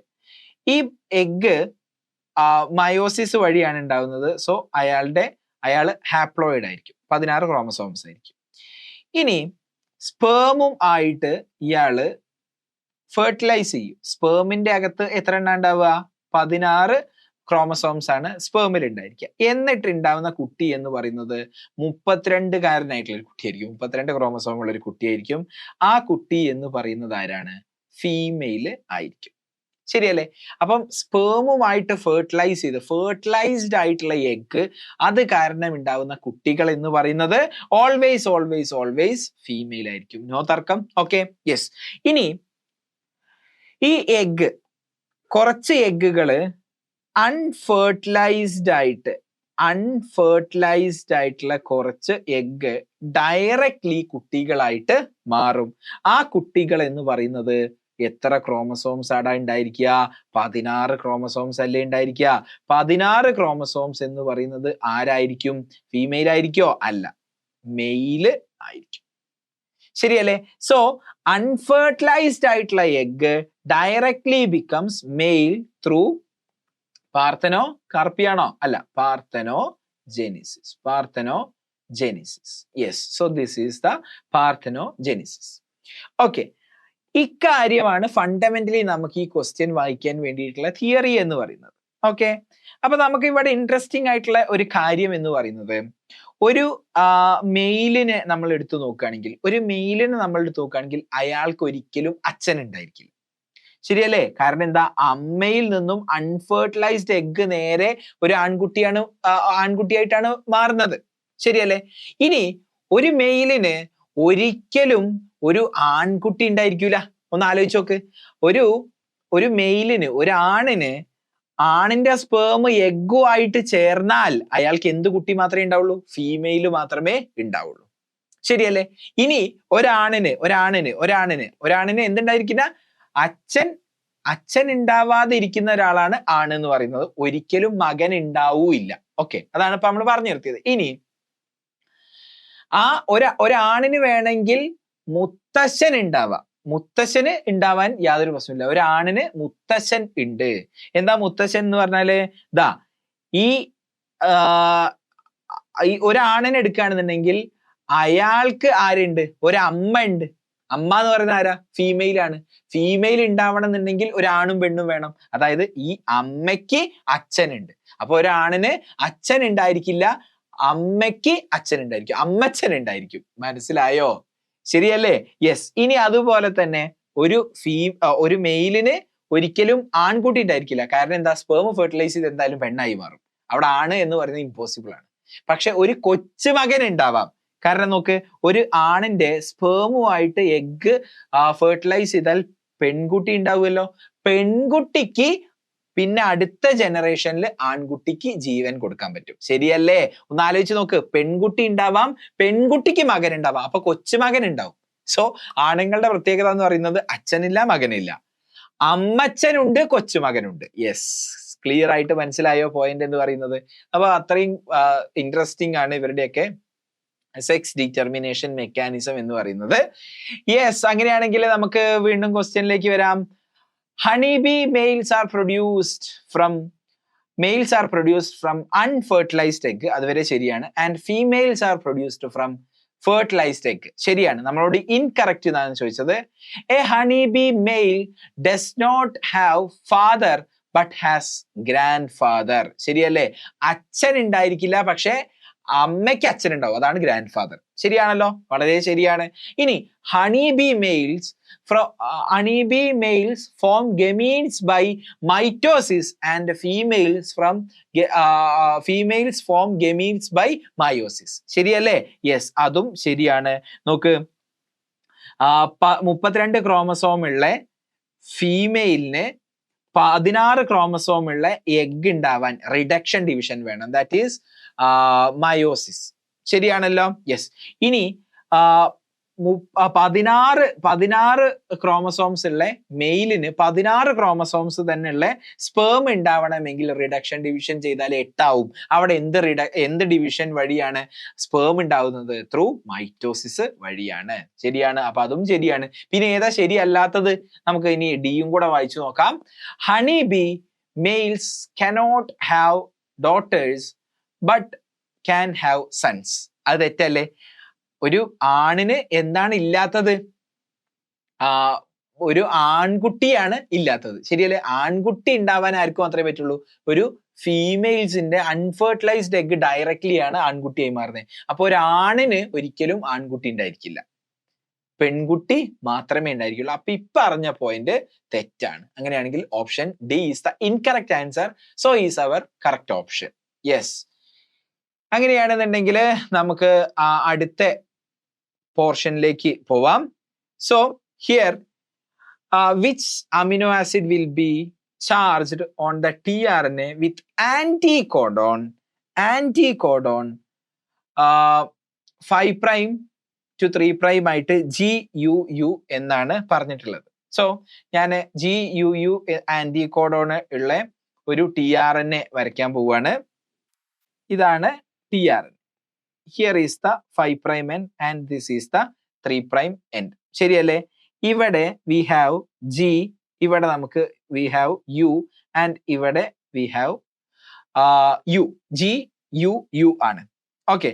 അപ്പം അയാൾക്ക് കോംപ്ലിമെന്ററി ആയിട്ടുള്ള ഒരു ആള് നമ്മളുടെ mRNA ഉണ്ടായിരിക്കും. So this is our mRNA. ഞാൻ താഴെ mRNA വരയ്ക്കാൻ പോവാണ്. ഈ mRNA യുക്ക് കോംപ്ലിമെന്ററി ആയിട്ട് ആരാ ഉണ്ടാവുക? യുക്ക് കോംപ്ലിമെന്ററി ആയിട്ട് A ഉണ്ടായിരിക്കും, യുക്ക് കോംപ്ലിമെന്ററി ആയിട്ട് A ഉണ്ടായിരിക്കും ആൻഡ് ജിക്ക് കോംപ്ലിമെന്ററി ആയിട്ട് C ഉണ്ടായിരിക്കും. So this is our codon. This is our codon on mRNA. Clear ആയിട്ട് മനസ്സിലായല്ലോ? യെസ്. ഇനി ഇവിടെ പ്രശ്നം എന്താ എന്ന് ചോദിച്ചാൽ നമുക്ക് കൃത്യമായിട്ട് ഉത്തരം എന്ത് എന്നുള്ളത് തോന്നും. CAA ആണ് ഉത്തരം. CAA ആണ് ഉത്തരം. ഗ്ലൂട്ടാമിൻ ആണ് ഉത്തരം എന്നുള്ളത് എടുക്കാൻ തോന്നും. അവിടെ നിങ്ങളൊന്ന് ട്രിക്കിയാണ് കാര്യം. കാരണം നിങ്ങളുടെ ക്വസ്റ്റ്യനിൽ എന്ത് തന്നിട്ടുണ്ട്? 5' to 3' ഡയറക്ഷനിലാണ് ആര് തന്നത്? ആന്റികോഡോൺ തന്നത്. അപ്പൊ കൃത്യമായിട്ട് ശ്രദ്ധിക്കുക. അപ്പം ഇതാണ് 5' to 3' എന്ന് പറയുന്നത്. സോ ഇവിടെ കോംപ്ലിമെന്ററി ആയിട്ടുള്ള mRNA ഡയറക്ഷൻ എന്ന് പറയുന്നത് this will be 5' and this will be 3'. ഈ കോഡോൺസ് ജനറലി റീഡ് ചെയ്യുന്നത്, കോഡോൺസിന്റെ റീഡിംഗ് ഡയറക്ഷൻ എന്ന് പറയുന്നത് എവിടെ നിന്ന് എങ്ങോട്ടേക്കാ എന്നുള്ളത് നിങ്ങൾക്ക് അറിയോ? യെസ്, 5 പ്രൈം ടു 3 പ്രൈം ഡയറക്ഷനിലാണ് ആരെ നമ്മൾ വായിക്കുക? AAC എന്നാണ് വായിക്കുക. So codons are read from 5 prime to 3 prime direction. അങ്ങനെയാണെങ്കിൽ 5 പ്രൈം ഡയറക്ഷനിൽ നിന്ന് കോഡോണിനെ വായിച്ചു നോക്ക്. AAC, AAC അതല്ലേ വരിക? ശരിയല്ലേടാ? സോ AAC എന്നാണ് നമ്മളുടെ codon. AAC is the codon. AAC എന്ന് പറയുന്ന കോഡോൺ എന്ന് പറയുന്നത് എന്തിനാണ്? അസ്പാർജിൻ എന്ന് പറയുന്ന അമിനോ ആസിഡിനെയാണ് കോഡ് ചെയ്യുന്നത്. സോ CAA അല്ല. CA അത് ഭയങ്കര അടിപൊളി ചോദ്യമാണ്. CAA ഇതാ മുകളിലുണ്ട്. ഗ്ലൂട്ടാമിൻ അല്ല ഉത്തരം. ശരിയല്ലേ? നോക്ക്, ഗ്ലൂട്ടാമിൻ അല്ല ഉത്തരം, അസ്പാർജിൻ ആണ് ഉത്തരമായിട്ട് നമ്മൾ എടുക്കേണ്ടത്. So that was A beautiful question. ഇനി നമുക്ക് അടുത്ത ക്വസ്റ്റ്യൻ നോക്കാം. നമ്മളുടെ അടുത്ത ക്വസ്റ്റ്യൻ എന്ന് പറയുന്നത് ഇതൊരു അടിപൊളി ക്വസ്റ്റ്യൻ ആട്ടോ. Two double heterozygous plant. എന്താ ഡബിൾ ഹെട്രോസൈഗസ് പ്ലാന്റ് എന്ന് പറഞ്ഞാല്? P small p Q small q plant ഉണ്ട്. Derived from 2 different pairs of true breeding parents of unknown genotype produce gametes in the proportion as given below. അപ്പം R1ഉം R2ഉം രണ്ട് parents ഉണ്ട്. അവർ cross ചെയ്തിട്ട് F1 capital P small p capital Q small q ഉണ്ടായിട്ടുണ്ട്. അതേപോലെ തന്നെ R3 R4 എന്ന് പറയുന്ന രണ്ട് പാരന്റ്സ് ഉണ്ട്. അവർ capital P small p capital Q small q ഉണ്ടായിട്ടുണ്ട്. എന്നിട്ട് ഇവിടെ സ്മോൾ p ക്യാപിറ്റൽ Qവും ക്യാപിറ്റൽ P സ്മോൾ qവിന്റെയും പ്രൊപ്പോർഷൻ തന്നിട്ടുണ്ട്. ശരിയല്ലേ? അത് 35% ഗമീറ്റ്സ് ആണ്. ഈ F1ൽ നിന്നും ഉണ്ടായ ഗമീറ്റ്സിന്റെ പ്രൊപ്പോർഷൻ ആണ് നമുക്ക് ഇവിടെ തന്നത്. അതേപോലെ ഈ പാരന്റ്സിൽ നിന്നും ഉണ്ടായ ഇവിടെ F1ൽ നിന്നും ഉണ്ടായ ഗമീറ്റ്സിന്റെ പ്രൊപ്പോർഷൻ ആണ് capital P capital Q 35%, small p small q 35%. ഇവിടെ തന്നത് എന്താണ്? പ്രൊപ്പോർഷൻ ഓഫ് ഈ പാരന്റിൽ നിന്നും ഉണ്ടായ ഈ ഒരു പാരന്റിൽ നിന്നും ഉണ്ടായ ഗമീറ്റ്സിന്റെ പ്രൊപ്പോർഷൻ ആണ് നമുക്ക് ഇവിടെ തന്നത്. Which one of the following options correctly represents the genotype of the parents? അങ്ങനെയാണെങ്കിൽ ഈ പാരന്റ്സിന്റെ ജീനോടൈപ്പ് നിങ്ങളോട് കണ്ടുപിടിക്കാനാണ് പറഞ്ഞത്. അടിപൊളി ക്വസ്റ്റ്യൻ ആണ്. സോ ശ്രദ്ധിച്ച് മനസ്സിലാക്കിക്കോ. ഇതാണ് ഒരു ഐസറിന്റെ ക്വസ്റ്റ്യൻ എന്ന് പറഞ്ഞാൽ. കണ്ടോ? ഇങ്ങനെയാണ് നമ്മളൊരു കോൺസെപ്ഷ്യൽ അണ്ടർസ്റ്റാൻഡിങ്ങിനെ ടെസ്റ്റ് ചെയ്യാൻ പോകുന്ന ചോദ്യം എന്ന് പറയുന്നത്. സോ നോക്കടാ, ഇവിടെ R1 എന്ന് പറയുന്ന ഒരു പാരന്റ് ഉണ്ട്, ഇവിടെ R2 എന്ന് പറയുന്ന ഒരു പാരന്റ് ഉണ്ട്. അയാള് ക്രോസ് ചെയ്ത സമയത്ത് capital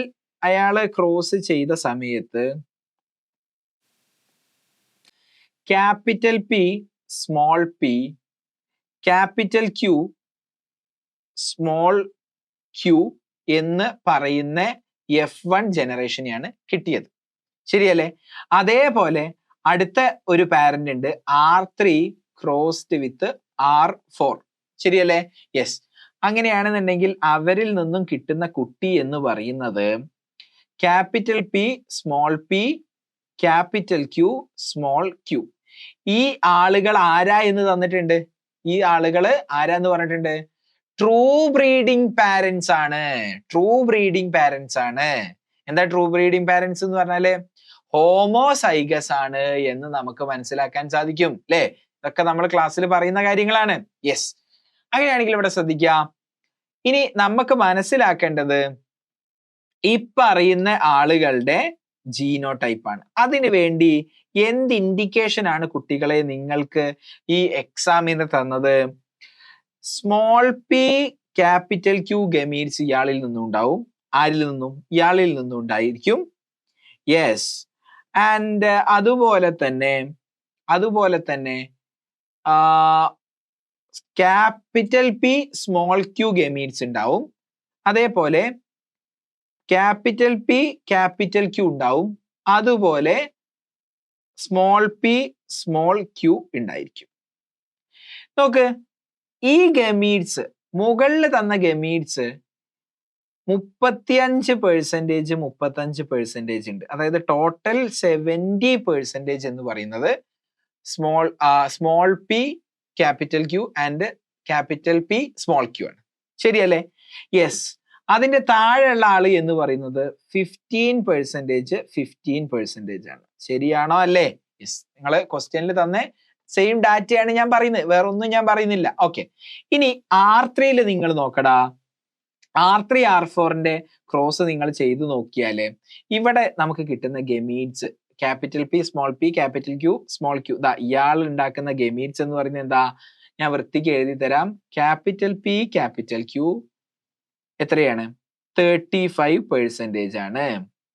and small P small Q എത്ര പെർസെന്റേജ് ആണ്? 35% ആണ്. ശരിയാണല്ലോ? Okay. And small P capital Q and capital P small Q അല്ലെ? സ്മോൾ ക്യൂ ആണ് വേണ്ടത്. ഓക്കെ. അതെത്രയാണ്? 15% ആണ്. ഇനി കുട്ടികളെ, ഈ പറയുന്ന പാരന്റ്സിന്റെ ജീനോടൈപ്പ് അറിയാൻ നമ്മൾ ഇനി ഉണ്ടാക്കിയെടുക്കേണ്ട ബുദ്ധി, നമ്മളുടെ തോട്ട് പോവേണ്ട എന്താന്ന് ചോദിച്ചാല്, ഈ ഗമീറ്റ്സിന്റെ പ്രപ്പോർഷൻ വെച്ചിട്ട് റീകോമ്പിനന്റ് ഫ്രീക്വൻസി ഈ ഗമീറ്റ്സിന്റെ എത്രത്തോളം പ്രപ്പോർഷൻ ഉണ്ട് എന്നുള്ളത് വെച്ചിട്ട് നമുക്ക് ആരാണ് റീകോമ്പിനന്റ് ഗമീറ്റ്, ആരാണ് പാരന്റൽ ടൈപ്പ് ഗമീറ്റ് എന്ന് മനസ്സിലാക്കാൻ പറ്റും. മനസ്സിലായോ? യെസ്. ഏതൊരു ഗിവൺ പ്രപ്പോർഷനിലും റീകോമ്പിനൻസിന്റെ എണ്ണം പാരന്റ്സിന്റെ എണ്ണത്തെക്കാൾ, പാരന്റൽ ടൈപ്പിന്റെ എണ്ണം റീകോമ്പിനന്റ് ഗമീറ്റ്സിനേക്കാൾ ഓൾവേസ് കൂടുതലായിരിക്കും. എന്താ പറഞ്ഞേ?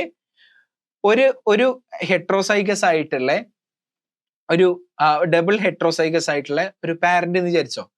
അയാളുടെ ഗമീറ്റ് ഫോർമേഷനില് always parental gametes will be more than recombinant gametes. ഈ പോയിന്റ് ആണ് ഇമ്പോർട്ടന്റ് പോയിന്റ്. മനസ്സിലായോ? ഇത് എങ്ങനെയാണ് വരിക എന്നൊക്കെയുള്ളത് വിശദമായിട്ട് നമ്മൾ തിയറിയിൽ ഡിസ്കസ് ചെയ്യുന്ന പോയിന്റ് ആണ് നമ്മൾ ക്ലാസ്സിൽ പഠിപ്പിക്കുന്ന സമയത്ത്. ഓക്കെ. അപ്പൊ ഇതുപോലത്തെ ഐസറിന്റെ ക്വസ്റ്റ്യൻസിന് വേണ്ടി നമ്മൾ പ്രിപ്പയർഡ് ആവുക. ഇതാണ് കോൺസെപ്റ്റ് എന്ന് പറയുന്നത്. ഓക്കെ. അങ്ങനെയാണെങ്കിൽ പറ, ഈ ആളുടെ ഗമീറ്റ്സ് നോക്കിയിട്ട് ഇയാളാണോ പാരന്റൽ ടൈപ്പ്, ഇയാളാണോ പാരന്റൽ ടൈപ്പ്? ഒബ്വിയസ്ലി ആരാണ് പാരന്റൽ ടൈപ്പ്? ആരാണോ കൂടുതലുള്ളത് ഇയാളാണ് പാരന്റൽ ടൈപ്പ്. പാരന്റൽ ടൈപ്പ് എന്ന് പറയുമ്പോൾ നമ്മൾ എന്താ മനസ്സിലാക്കേണ്ടത്? പാരന്റൽ ടൈപ്പ് എന്ന് പറഞ്ഞാൽ നമ്മൾ മനസ്സിലാക്കേണ്ട കാര്യം എന്ന് പറയുന്നത്, ഈ ഗമീറ്റ് ഈ പറയുന്ന ആളുണ്ടല്ലോ, സ്മോൾ പിയും ക്യാപിറ്റൽ ക്യൂവും ഒരു പാരന്റില് ഉണ്ടായിരിക്കണം. ശരിയല്ലേ? യെസ്. ഇനി ക്യാപിറ്റൽ പിയും സ്മോൾ ക്യൂവും ഒരു പാരന്റില് ഉണ്ടായിരിക്കണം. അപ്പം ഈ R1 R2 അത് എങ്ങനെ വേണമെങ്കിലും വരാം. R1 എന്ന് പറയുന്നത് എന്താ? ഞാൻ ഇയാളുടെ ജീനോടൈപ്പ് എഴുതി നോക്കുകയാണ്. ഇത് പാരന്റൽ ആണെന്നുണ്ടെങ്കിൽ സ്മോൾ പി ഉണ്ടായിരിക്കണം, ക്യാപിറ്റൽ ക്യൂ ഉണ്ടായിരിക്കണം. അതിൽ യാതൊരു തർക്കവും ആർക്കും ഇല്ലല്ലോ? ഇല്ല.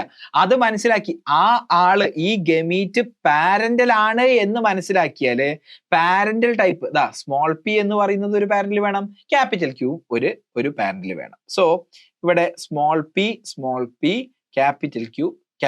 ഇതെങ്ങനെയാ ഞാൻ രണ്ടും ഒരേപോലെ എഴുതാൻ കാരണം? ഒന്നേ ഉള്ളൂ, ഇത് ട്രൂ ബ്രീഡിംഗ് ലൈൻസ് ആണ് എന്ന് എനിക്ക് തന്നിട്ടുണ്ട്. ഇയാളെ ജീനോടൈപ്പ് ഞാൻ എഴുതുകയാണ്. യെസ്. ഇനി അടുത്ത ഒരാൾ എന്ന് പറയുന്നത് എന്താ? ക്യാപിറ്റൽ പി സ്മോൾ ക്യൂ എന്ന് പറയുന്നത് പാരന്റൽ ഗമീറ്റ് ആണ് എന്നാണ് നമുക്ക് ഇവിടുന്ന് മനസ്സിലാവുക. അങ്ങനെയാണെന്നുണ്ടെങ്കിൽ ക്യാപിറ്റൽ പി സ്മോൾ ക്യൂ ഇതായിരിക്കും ഒരു ജീനോടൈപ്പ് എന്ന് പറയുന്നത്. ശരിയല്ലേ? ഇത് അങ്ങോട്ടും ഇങ്ങോട്ടും മാറുന്നതിന് കുഴപ്പമില്ല. ചിലപ്പോൾ ഈ പാരന്റ് ആയിരിക്കാം ഈ ഒരു ജീനോടൈപ്പ്, അത് നമുക്ക് ഗസ് ചെയ്യാൻ പറ്റൂല. ക്ലിയർ ആയിട്ട് മനസ്സിലായോ? യെസ്. അങ്ങനെയാണെങ്കിൽ ഇനി അടുത്ത ക്രോസ് നോക്ക്, R3 ക്രോസ് R4 നോക്ക്. ഇവിടെ നിങ്ങൾ പറയൂ, ആരാണ് റീകോമ്പിനന്റ്, ആരാണ് പാരന്റല്? യെസ്, ഇയാളാണ് പാരന്റൽ ടൈപ്പ്. ഈ PQ പാരന്റൽ ടൈപ്പ് ആണ് എങ്കിൽ ഒരു പാരന്റിന് എനിക്ക് എഴുതാൻ പറ്റും ക്യാപിറ്റൽ P ക്യാപിറ്റൽ Q എന്ന് എഴുതാൻ പറ്റും. യെസ്. ഇനി സ്മോൾ പി സ്മോൾ ക്യൂ ആണ് ഇവിടെ പാരന്റൽ ടൈപ്പ് എന്ന് മനസ്സിലാക്കിയാൽ ഒരു പാരന്റ് സ്മോൾ ക്യൂ എന്ന് നമുക്ക് എഴുതാൻ സാധിക്കും. അടിപൊളിയായിട്ട് മനസ്സിലായോ? അപ്പൊ നമ്മളുടെ ബുദ്ധി എന്ന് പറയുന്നത് എന്താണ്? പാരന്റൽ ടൈപ്പ് ഓൾവേസ് റീകോമ്പിനൻസിനേക്കാൾ കൂടുതലായിരിക്കും എന്നാണ് നമ്മളുടെ ഐഡിയ. ആ തോട്ടിൽ നിന്നുമാണ് നമ്മൾ ഈ ഒരു ക്വസ്റ്റ്യൻ ചെയ്യുന്നത്. ഓക്കെ, അങ്ങനെയാണെന്നുണ്ടെങ്കിൽ നമുക്ക് ആൻസർ ചെയ്യാൻ പറ്റുന്ന ഒരു സമയമായിട്ടുണ്ടായിരിക്കും. So which one of the following options correctly represents the genotype of the parents? Yes, നമുക്ക് നോക്കാം. R1 എന്ന് പറയുന്നത് ക്യാപിറ്റൽ Q എന്ന് പറയുന്നതില് യാതൊരുവിധ സാധ്യതയും ഇല്ല. ഇതിൽ എവിടെയും R1 അങ്ങനെ ഒരു ചാൻസ് ഇല്ല. ശരിയല്ലേ? ഇതിൽ എവിടെയും അങ്ങനെ ഒരു ചാൻസ് ഇല്ലല്ലോ. ഇല്ല. ഇനി രണ്ടാമത്തെ ഓപ്ഷൻ നമ്മൾ നോക്കുകയാണെങ്കിൽ small P capital Q yes ശരിയാണ്. ക്യാപിറ്റൽ പി സ്മോൾ ക്യൂ ശരിയാണ്. ഇനി R3യിലേക്ക് വരുമ്പം ക്യാപിറ്റൽ പി സ്മോൾ ക്യൂ അത് തെറ്റാണ്. സ്മോൾ പി ക്യാപിറ്റൽ Q അതും തെറ്റാണ്. യെസ്, അപ്പം ഓപ്ഷൻ ബി വരാനുള്ള മാർഗമില്ല. സി നമ്മൾ ബിയുമായിട്ട് അതേപോലെയാണ് R1 R2 പോകുന്നത്. R3 എന്ന് പറയുന്നത് ക്യാപിറ്റൽ Q R4 എന്ന് പറയുന്നത് സ്മോൾ ക്യൂ ആണ്. സോ നമ്മൾ എഴുതിയ അതേപോലെ വന്ന ഓപ്ഷൻ എന്ന് പറയുന്നത് ഏതാണ്? ഓപ്ഷൻ സി ആണ്. So I'm taking C and going to the next question. Yes, ഇനി ഈ ഒരു ക്വസ്റ്റ്യൻ നമുക്ക് വരുന്നത് റെസ്പിറേഷൻ ഇൻ പ്ലാന്റ്സിന്റെ ഒരു ചോദ്യമാണ്.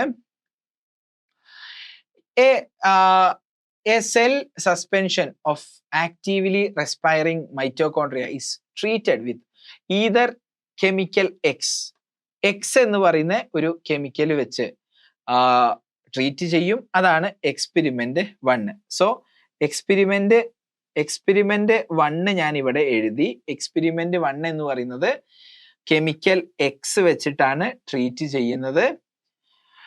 ആൻഡ് കെമിക്കൽ വൈ വെച്ചിട്ടാണ് എക്സ്പെരിമെന്റ് 2 ട്രീറ്റ് ചെയ്യുന്നത്. എക്സ്പെരിമെന്റ് 2 എന്ന് പറയുന്നത് വൈ ആണ്. ഓക്കെ, ഇനി എക്സ്പെരിമെന്റ് 3 എന്ന് പറയുന്നത്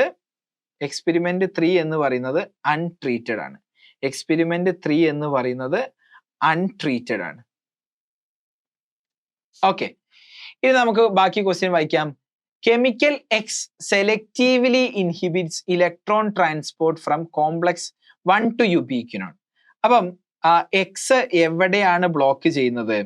എക്സ് ബ്ലോക്ക് ചെയ്യുന്നത് എന്ന് പറയുന്നത് നമുക്കറിയാം, നമ്മളുടെ ഇലക്ട്രോൺ ട്രാൻസ്പോർട്ട് സിസ്റ്റത്തിന്റെ കോംപ്ലക്സുകൾ ഞാൻ ഇവിടെ വരയ്ക്കുകയാണെങ്കിൽ ഇതാണ് കോംപ്ലക്സ് 1, ഇതാണ് കോംപ്ലക്സ് 2, ഇതാണ് കോംപ്ലക്സ് 3, ഇതാണ് complex 4 and this is the complex 5. Okay, ഈ കോംപ്ലക്സിലേക്കാണ് NADH എത്തുന്നത്. NADH നിന്നുള്ള ഇലക്ട്രോൺ യൂബിക്വിനോൺ വഴിയാണ് ഇങ്ങോട്ടേക്ക് ട്രാൻസ്പോർട്ട് ചെയ്യുന്നത്.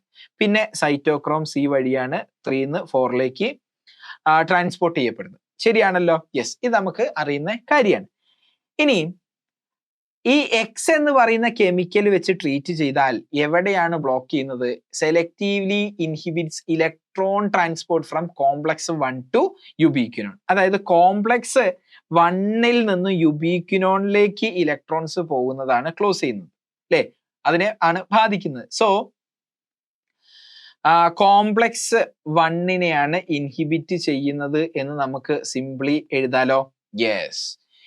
ഇനി വൈൽ കെമിക്കൽ വൈ കൊണ്ട് നമ്മൾ ട്രീറ്റ് ചെയ്യുകയാണെന്നുണ്ടെങ്കിൽ chemical Y selectively inhibits electron transport from complex 3 ഇതാണല്ലോ നമ്മുടെ കോംപ്ലക്സ് 3 എന്ന് പറയുന്നത്.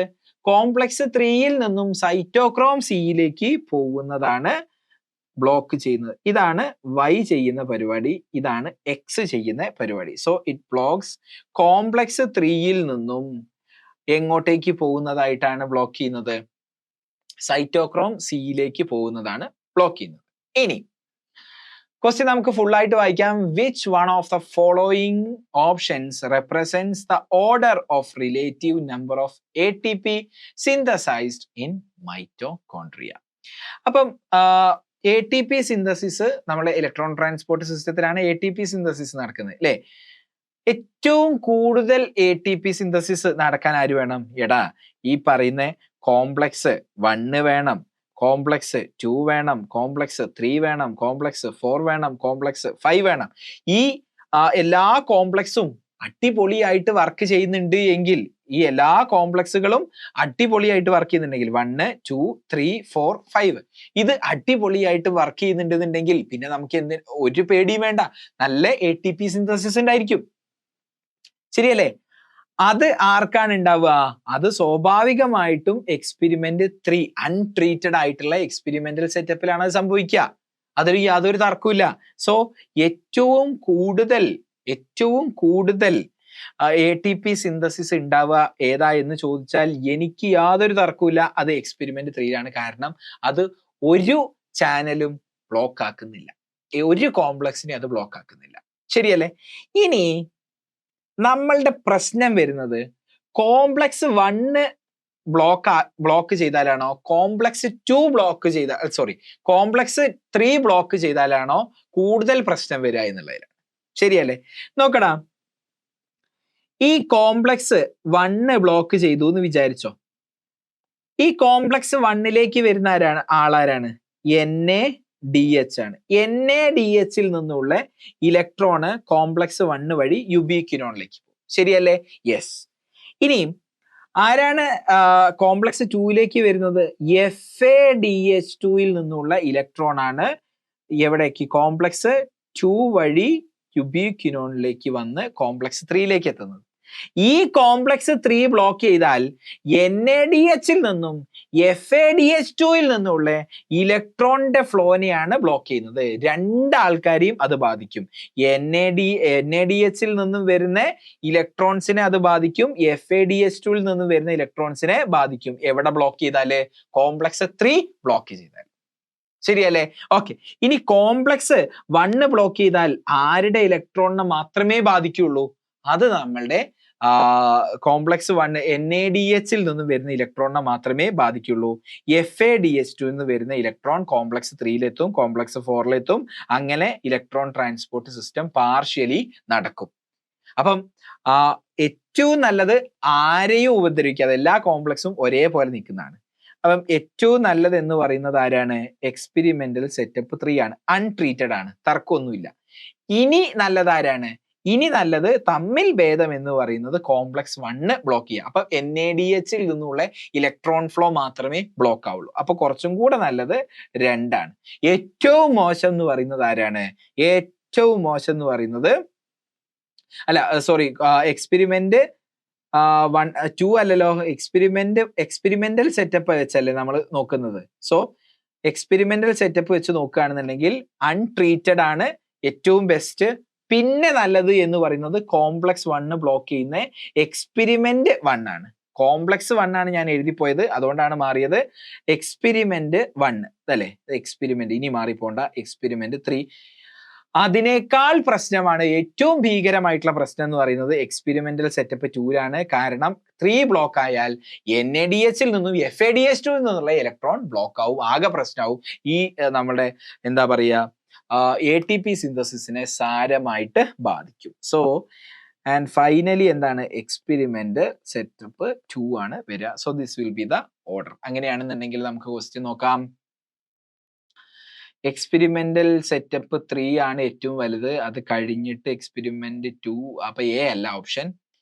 എക്സ്പെരിമെന്റൽ സെറ്റപ്പ് 3 ആണ്, അത് കഴിഞ്ഞിട്ട് എക്സ്പെരിമെന്റ് 1, അത് കഴിഞ്ഞിട്ട് എക്സ്പെരിമെന്റ് 2. യെസ്. അപ്പം this will be the answer. ഏതാണ്? Option D is the answer. Okay. അപ്പൊ നമ്മളെ ഐസറിന്റെ ആപ്റ്റിറ്റ്യൂഡ് ടെസ്റ്റിലെ 2025 ബോട്ടണിയിൽ ഏതൊക്കെ ക്വസ്റ്റ്യൻസ് ചോദിച്ചിട്ടുണ്ട് നമുക്ക് നോക്കാം.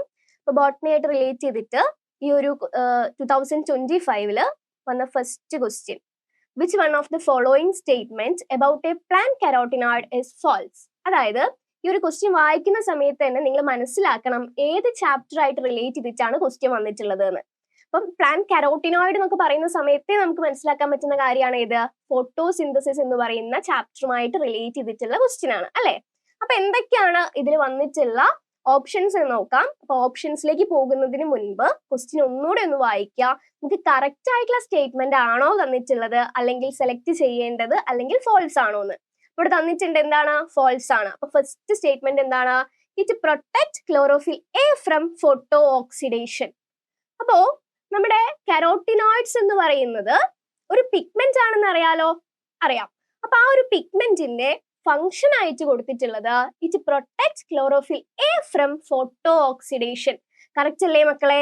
കറക്റ്റ് ആണല്ലേ? കാരണം ക്ലോറോഫിൽ എ എന്ന് പറയുന്നത് എന്താണ്, ഫോട്ടോസിന്തസിസിലെ റിയാക്ഷൻ സെന്റർ ആണ്. അപ്പൊ ആ റിയാക്ഷൻ സെന്റർ ആയിട്ടുള്ള ക്ലോറോഫിൽ എയെ പ്രൊട്ടക്ട് ചെയ്യുക എന്നുള്ളത് തന്നെയാണ് ആരുടെ ഫംഗ്ഷൻ ആയിട്ട് വന്നിട്ടുള്ളത്, ആക്സസറി പിഗ്മെന്റിന്റെ ഫംഗ്ഷൻ ആയിട്ട് വരുന്നത്. അപ്പൊ കരോട്ടിനോയിഡ്സ് എന്ന് പറയുന്നത് എന്താണ്, അതൊരു ആക്സസറി പിഗ്മെന്റ് കൂടെയാണ്. അപ്പൊ അങ്ങനെ നോക്കുന്ന സമയത്ത് കരോട്ടിനോയിഡ്സ് എന്ത് ചെയ്യുന്നുണ്ട്, ക്ലോറോഫിൽ എയെ ഫോട്ടോ ഓക്സിഡേഷനിൽ നിന്നും പ്രൊട്ടക്ട് ചെയ്യുന്നുണ്ട്. അപ്പൊ കറക്റ്റ് അല്ലേ?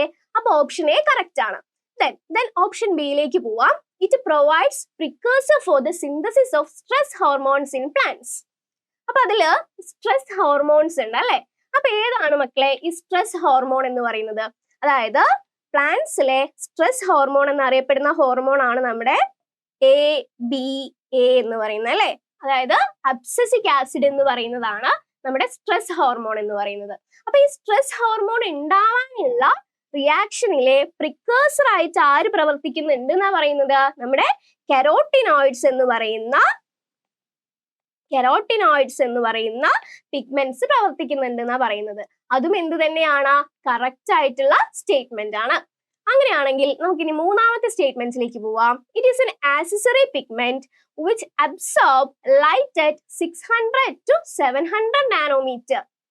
അതുവരെ കറക്റ്റ് ആയ സ്റ്റേറ്റ്മെന്റ് ആയിരുന്നു അല്ലെ. അതായത് ഇതൊരു ആക്സസറി പിഗ്മെന്റ് ആണ്, കറക്റ്റ് ആണ്. പിന്നെ എന്താ പറഞ്ഞിട്ടുള്ളത്, which absorb light from 600 to 700 nanometre. ആണോ ഇത് 600 to 700 നാനോമീറ്റർ ആണോ മക്കളെ നമ്മുടെ കരോട്ടിനോയിഡ്സ് അബ്സോർബ് ചെയ്യുന്നത്? അപ്പൊ നോക്കുന്ന സമയത്ത് നമുക്ക് എന്ത് ചെയ്യാം, ഫോട്ടോസിന്തസിസ് എന്ന് പറയുന്ന പ്രോസസ്സിനെ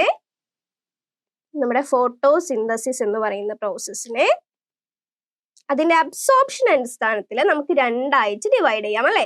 first one is our reaction centre, second one is accessory pigments. Reaction സെന്ററിൽ വരുന്നത് ഏതാണ്, നമ്മുടെ ക്ലോറോഫിൽ എ ആണ് വരുന്നത്. ബാക്കിയുള്ള എല്ലാ പിഗ്മെന്റ്സ് ആയിക്കോട്ടെ എല്ലാം വരുന്നത് ഏത് തന്നെയാണ്, നമ്മുടെ ആക്സസറി പിഗ്മെന്റ്സിലാണ്. അപ്പൊ ഇതില് ഏതാണ്, അല്ലെങ്കിൽ നമുക്ക് തന്നിട്ടുള്ളത് 600 to 700 നാനോമീറ്ററിലുള്ള ലൈറ്റിനെ കരോട്ടിനോയിഡ്സ് അബ്സോർബ് ചെയ്യുന്നു എന്നാണ് പറഞ്ഞിട്ടുള്ളത്. അങ്ങനെയാണോ? 600 to 700 നാനോമീറ്റർ ലൈറ്റിനെ ആര് അബ്സോർബ് ചെയ്യുന്നില്ല, കരോട്ടിനോയിഡ്സ് അബ്സോർബ് ചെയ്യുന്നില്ല. അപ്പൊ ഈ 600 to 700 നാനോമീറ്റർ ലൈറ്റിനെ ആരാണ് അബ്സോർബ് ചെയ്യുന്നത്? അത് മെയിൻ ആയിട്ടും അബ്സോർബ് ചെയ്യുന്ന പിഗ്മെന്റ്സ് എന്ന് പറയുന്നത് നമ്മുടെ എന്ത് തന്നെയാണ്, നമ്മുടെ ക്ലോറോഫിൽസ് തന്നെയാണ്. അപ്പൊ ഈ ഒരു സ്റ്റേറ്റ്മെന്റ് ശരിയാകുമായിരുന്നു. എങ്ങനെയാണ് തന്നിട്ടുള്ളതെങ്കിൽ it is an accessory pigment which absorb light from 400 to 550 nanometre. അതായത് 400 to 550 നാനോമീറ്റർ ആണ് ഇരുന്നെങ്കിൽ നമ്മുടെ ആ ഒരു സ്റ്റേറ്റ്മെന്റ് അവിടെ എന്താകുമായിരുന്നു, ഒരു കറക്റ്റ് ആയിട്ടുള്ള സ്റ്റേറ്റ്മെന്റ് ആവുമായിരുന്നു. അപ്പൊ 600 to 700 നാനോമീറ്റർ അല്ല എന്ന് ഓർക്കണം.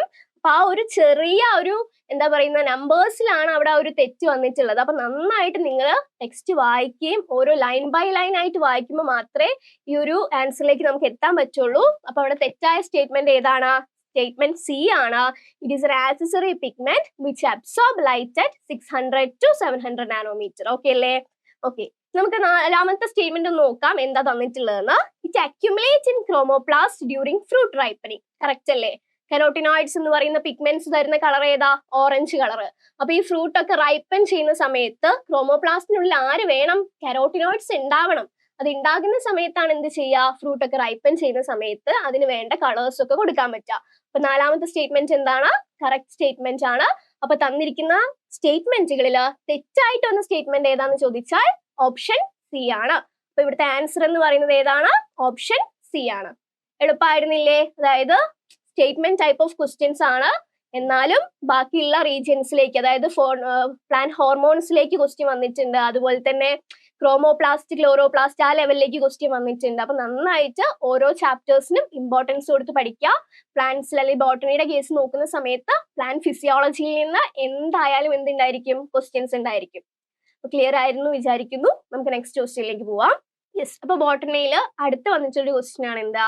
Which one of the following organisms produces the female gametes by mitosis of haploid cells? തന്നിരിക്കുന്ന ക്വസ്റ്റ്യൻ എന്താണ്? നമ്മൾ ചോദിച്ചിരിക്കുകയാണ്, നമുക്ക് താഴെ 4 ഓപ്ഷൻസ് തന്നിട്ടുണ്ട്. അപ്പൊ ഈ ഓപ്ഷൻസുകളിൽ ഏതാണ് മൈറ്റോസിസ് വഴി ഹാപ്ലോയിഡ് സെൽസ് പ്രൊഡ്യൂസ് ചെയ്യപ്പെടുന്നത് എന്നുള്ളത്. അപ്പൊ 4 ഓപ്ഷൻസ് ഉണ്ട്. നമുക്ക് ഓപ്ഷൻസ് നോക്കാം. അതിനു മുൻപ് എങ്ങനെയാണ്, അല്ലെങ്കിൽ ഗാമേറ്റ്സിൽ പ്ലാന്റ്സിനെയും ആനിമൽസിനെയും അപേക്ഷിച്ച് ഗാമീറ്റ് ഫോർമേഷനിൽ എന്തൊക്കെ ആണ് ഡിഫറൻസസ് ഉള്ളത് നമുക്ക് ആദ്യം നോക്കാം. എന്നിട്ട് എന്ത് ചെയ്യാം? ഈ ഒരു ക്വസ്റ്റ്യനിലോട്ട് വരാം. അപ്പം നമ്മുടെ പ്ലാന്റ്സിന്റെയും ആനിമൽസിന്റെയും ഗമീറ്റ് ഫോർമേഷനിലെ മേജർ ഡിഫറൻസസ് എന്താ നോക്കിയിട്ട് ആൻസറിലേക്ക് വരാം. First one plants. നമുക്ക് അടുത്ത ആനിമൽസ് ഇവിടെ എഴുതാം. ദെൻ പ്ലാന്റ്സ് ആയാലും ആനിമൽസ് ആയാലും ദേ ഫോം ഗമീറ്റ്സ്. പക്ഷെ ഇവിടുത്തെ ഡിഫറൻസസ് എന്താന്ന് വെച്ചാല്, ഈ പ്ലാന്റ്സ് ഗമീറ്റ്സിനെ ഫോം ചെയ്യുന്നത് എങ്ങനെയാണ്? ഹാപ്ലോയിഡ് സെൽസിന് മൈറ്റോസിസ് സംഭവിച്ചിട്ടാണ്. പക്ഷെ ആനിമൽസിന്റെ കേസ് വരുന്ന സമയത്ത് ഇവിടെ എന്താ സംഭവിക്കുന്നത്? ഡിപ്ലോയിഡ് സെൽസിന് മിയോസിസ് സംഭവിച്ചിട്ടാണ് എന്ത് സംഭവിക്കുന്നത്? ഗാമീറ്റ്സ് ഉണ്ടാവുന്നത്.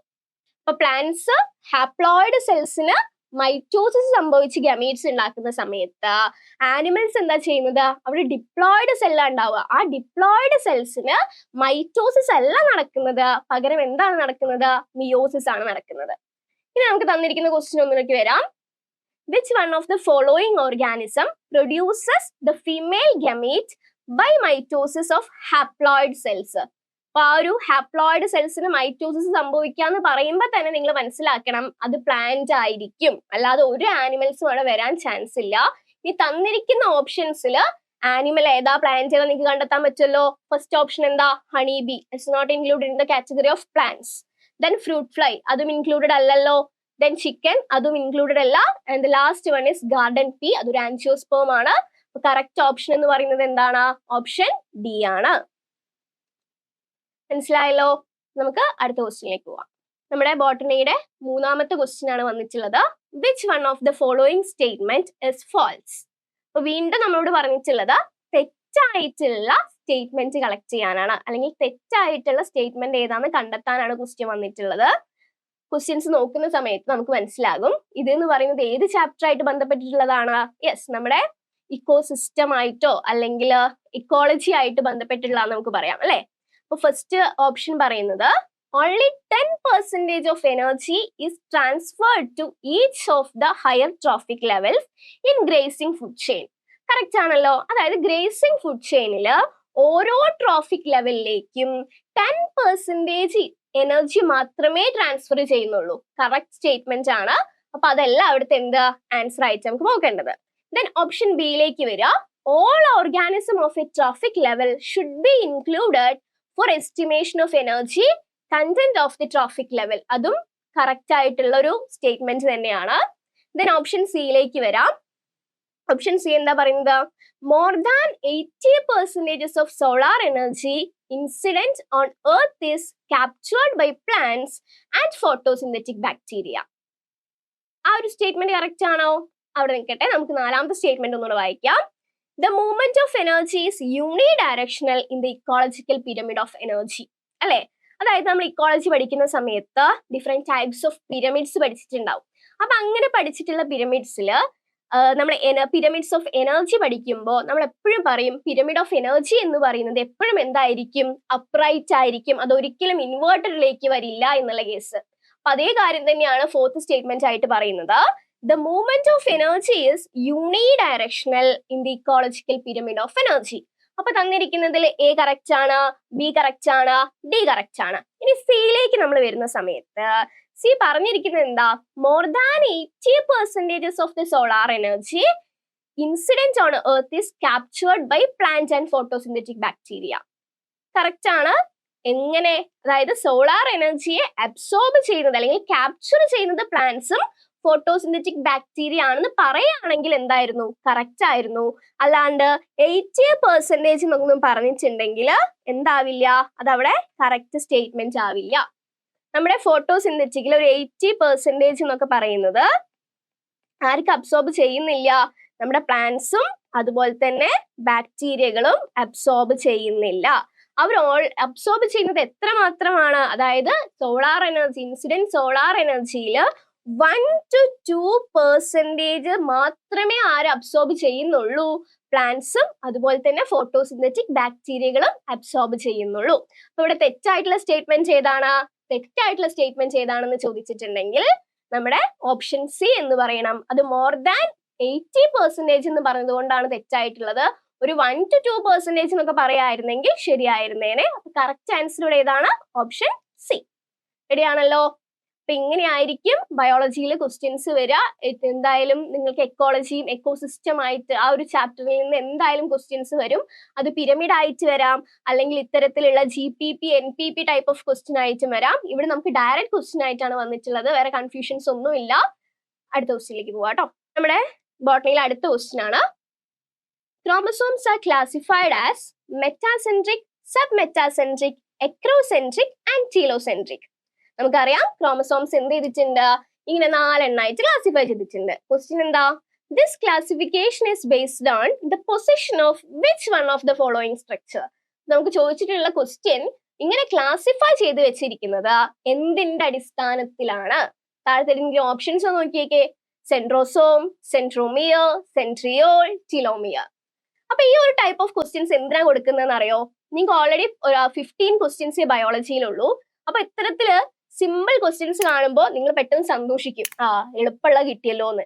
അപ്പോഴായിരിക്കും സെൻട്രോസോം, സെൻട്രോമിയർ, സെൻട്രിയോൾ ഒക്കെ ഒരേപോലെ നിങ്ങൾക്ക് തോന്നും.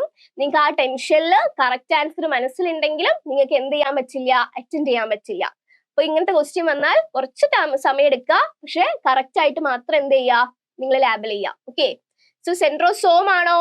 അല്ല. ഇവിടെ കറക്റ്റ് ആൻസർ ഏതാണ്? സെൻട്രോമിയർ ആണ് അല്ലെ?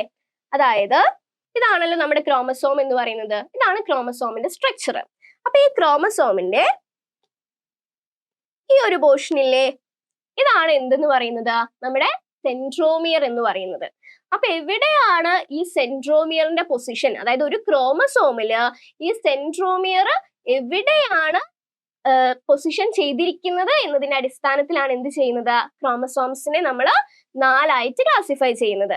അപ്പൊ ഒരു ക്രോമസോംസിന്റെ സെൻട്രോമിയർ എന്ന് പറയുന്നത് അതിന്റെ പ്രൈമറി കൺസ്ട്രക്ഷൻ ആയിട്ട് നമുക്ക് പറയാൻ പറ്റുന്നതാണ്. അപ്പൊ കറക്റ്റ് ആൻസർ നമുക്ക് കിട്ടി എന്താണ്? സെൻട്രോമിയർ ആണ്. ഇനി നമുക്ക് തന്നിരിക്കുന്നതില് സെൻട്രോസോം എന്ന് പറയുന്ന ഒരു സാധനം ഉണ്ട്. എന്താണ് ഈ സെൻട്രോസോം എന്ന് പറയുന്നത്? സെൻട്രോസോം എന്ന് പറയുന്നത് ഒരു സെൽ ഓർഗനലെയാണ്. അതായത് നമ്മുടെ സെല്ലിനകത്ത് കാണുന്ന ഒരു സെൽ ഓർഗൻ ആണ് ഇതെന്ന് പറയുന്നത് സെൻട്രോസോം എന്ന് പറയുന്നത്. ദെൻ സെൻട്രിയോൾ എന്ന് പറയുന്നത് എന്താണ്? It's a part of centrosome എന്ന് പറയാം.